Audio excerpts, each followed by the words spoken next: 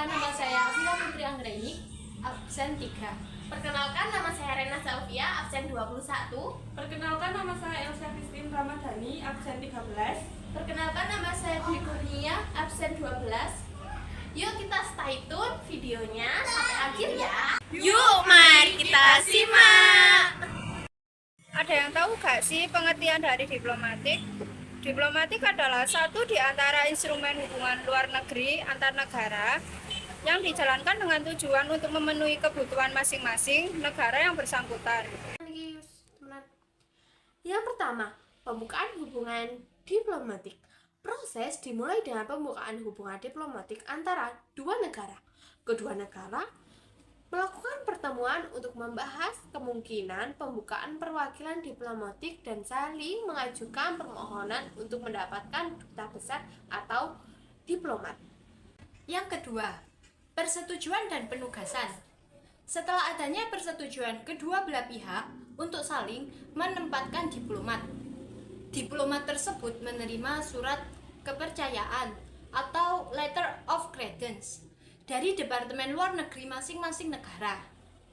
Surat kepercayaan ini ditandatangani oleh kepala negara dan menandakan bahwa diplomat tersebut resmi diakreditasikan sebagai perwakilan diplomatik. Yang ketiga yaitu persiapan dan koordinasi. Para diplomat harus menemui Direktur Protokol Departemen Luar Negeri untuk memperoleh keterangan mengenai ketentuan yang harus mereka lakukan saat menjalani tugasnya sebagai diplomat. Selain itu, persiapan dan koordinasi juga dilakukan dalam hal pemasangan logo dan bendera serta penyerahan surat kepercayaan kepada negara yang akan menerimanya. Yang keempat adalah pelaksanaan tugas. Setelah semua persiapan selesai, diplomat mulai menjalankan tugasnya sebagai perwakilan diplomatik di negara penerima. Mereka mewakili negara asalnya dalam melaksanakan tugas diplomatik dengan negara penerima atau organisasi internasional. Tugas diplomatik meliputi berbagai kegiatan seperti menjalin komunikasi dengan pemerintah dan masyarakat setempat, mempromosikan kepentingan negara asal dan menjaga hubungan bilateral yang baik. Pengiriman perwakilan diplomatik ke luar negeri melibatkan proses yang kompleks dan diatur oleh berbagai peraturan dan undang-undang. Setiap negara memiliki aturan dan prosedur yang berbeda dalam pembentukan dan penempatan perwakilan diplomatik. Oleh karena itu, penting untuk mengacu pada sumber-sumber yang terpercaya dan otoritatif seperti Kementerian Luar Negeri dan untuk informasi lebih lanjut mengenai proses ini. Teknik penyusunan, nota kesepahaman, Memorandum of Understanding. Memorandum of Understanding atau MOU dalam bahasa Indonesia diterjemahkan dalam berbagai istilah, antara lain nota kesepakatan, nota kesepahaman, perjanjian kerjasama, perjanjian pendahuluan. Di dalam Kitab Undang-Undang Hukum Perdana atau KUH Perdata tidak dikenal apa yang dinamakan nota kesepahaman. Tujuan pembuatan nota kesepahaman adalah untuk mengadakan hubungan hukum sebagai suatu surat yang dibuat oleh salah satu pihak yang isinya memuat kehendak surat tersebut ditujukan kepada pihak lain, dan berdasarkan surat tersebut pihak yang lain diharapkan untuk membuat letter of intent yang sejenis untuk menunjukkan niatnya. Lebih lanjut, nota kesepahaman didefinisikan atau memiliki pengertian kesepakatan di antara pihak untuk berunding dalam rangka membuat perjanjian di kemudian hari. Apabila hal-hal belum pasti telah dapat dipastikan, nota kesepahaman bukanlah kontrak. Nota kesepahaman secara umum memiliki bagan atau anatomi yang terdiri atas sebagai berikut. Yang pertama yaitu judul nota kesepahaman. Yang kedua yaitu pembukaan nota kesepahaman yang terdiri atas pencantuman hari, tanggal, bulan, dan tahun, tempat. Yang kedua jabatan para pihak.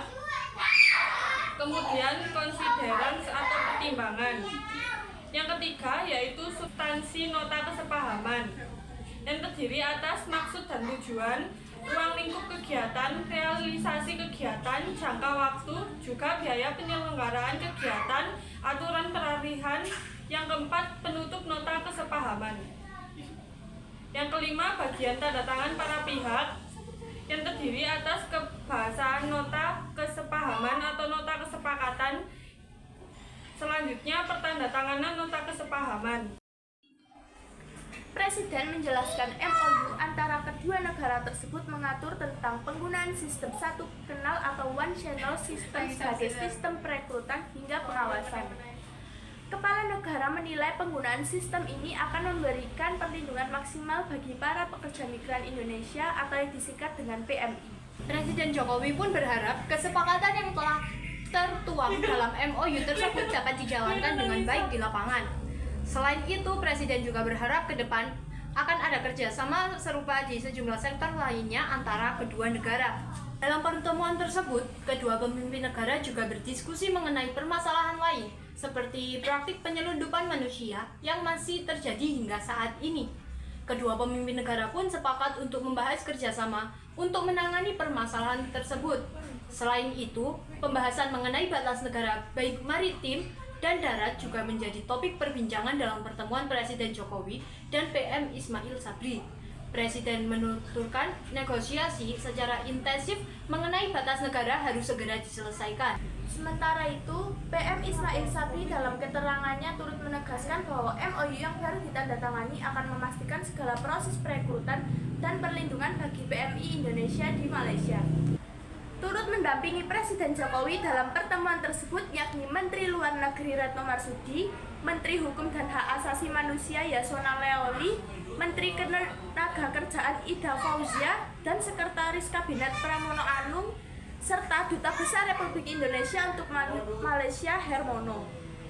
Sedangkan PM Malaysia Ismail Sabri didampingi oleh Menteri Sumber Daya Manusia Muhammad Sarafanan, Menteri Komunikasi dan Multimedia Anwar Haji Musa, Menteri Pembangunan Pedesaan Mahathir bin Khalid, Wakil Menteri Luar Negara Malaysia Kamaruddin Jafar, dan anggota Parlemen Tajuddin bin Abdul Rahman. Cukup sekian, terima kasih dari kelompok kami, kelompok 3. Jika ada kurang lebihnya mohon maaf. Wassalamualaikum warahmatullahi wabarakatuh. See you di next video ya.